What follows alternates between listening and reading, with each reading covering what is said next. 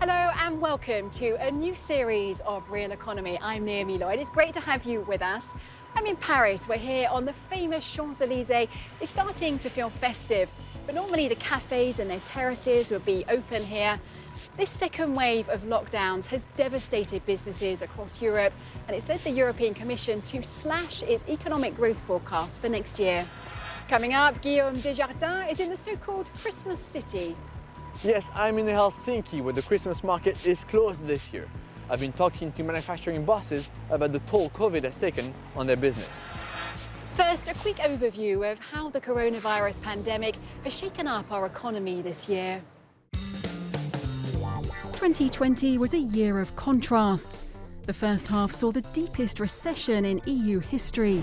Then, between July and September, things looked up, with record growth of 12.1%. But that recovery came to a sharp end with the second wave of lockdowns. Now the European Commission has cut its economic growth forecast for the Eurozone for 2021. And it's expected to be 2 years until the European economy comes close to its pre-pandemic level.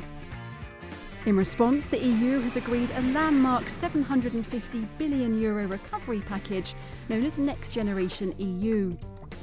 It will include €360 billion in loans and €312.5 billion in grants. Where will the money come from? It will be borrowed on the financial markets using the EU's strong credit rating.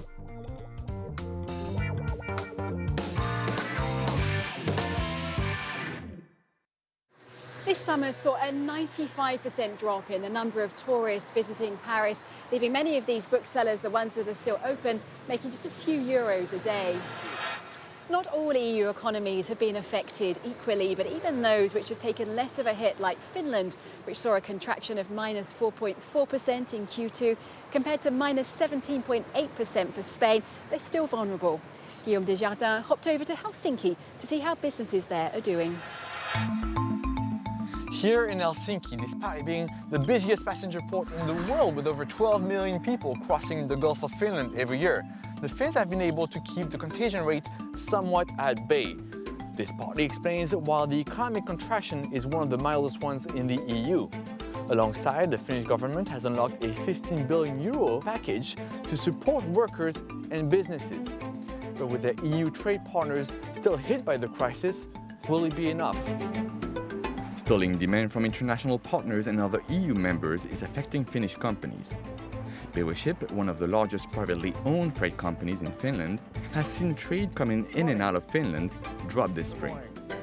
When you have 95% of the aircraft on ground, basically then air freight stops. And then on the sea freight, all of a sudden we have a situation where you have a large portion of all the world's containers and container ships are stuck outside of the Chinese coast, waiting for the thing to clear. Nearby engineering company Wärtsilä employs nearly 19,000 workers globally, making energy-efficient equipment for ships and power plants. It lost 10% in sales this year. Despite the EU's lowered growth forecast, they see signs of hope in the upcoming EU relief package and the environmental focus of the Green Deal. This Green Deal and the recovery plans from the COVID, when those are to some extent targeted against the global warming, when our customers are part of that, of course, that will impact us in a grand scale. Nearly one half of companies in the tech sector expect the situation to worsen in the coming months.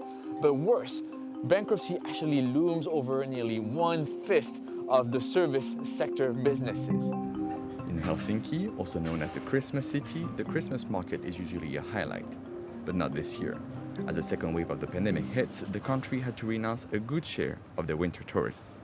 The Christmas market is based on roughly 100 small huts with sole entrepreneurs in them. And now when the business is vanished, for them it might be even more than 1/3 of the annual turnover that they are now missing. It's a personal tragedy. The case of Finland shows that keeping the pandemic in check is not enough to safeguard the economy, and that the situation in neighboring countries also has an impact. When it comes to EU trade, nobody wins unless everybody wins.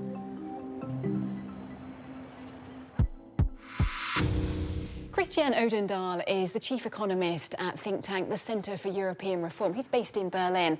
And I want to know how he and his team see Europe's economic future. Christian, thanks very much for joining us here on Realeconomy.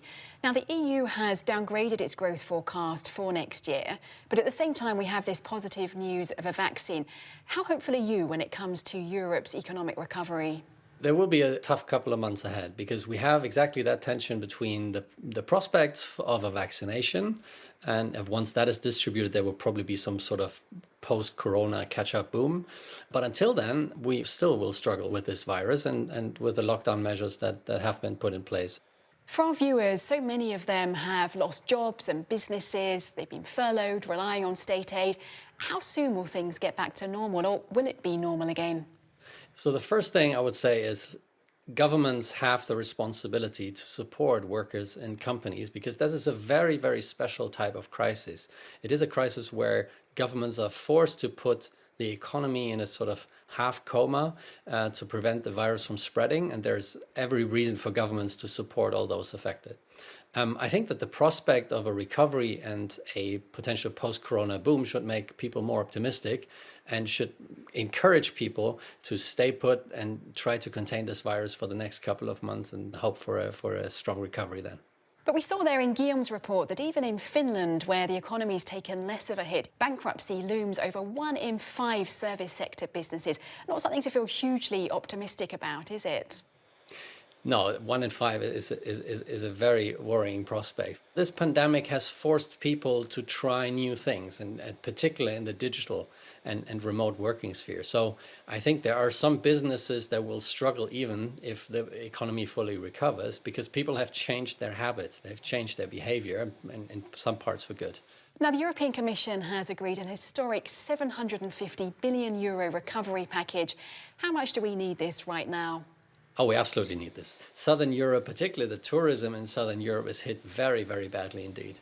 And this is where the European Recovery Fund came in to bridge some of those gaps, and the amounts that are going from the north to the south are quite sizable. So for a country like Greece, for example, it is bound to receive roughly 2% of GDP over the next couple of years.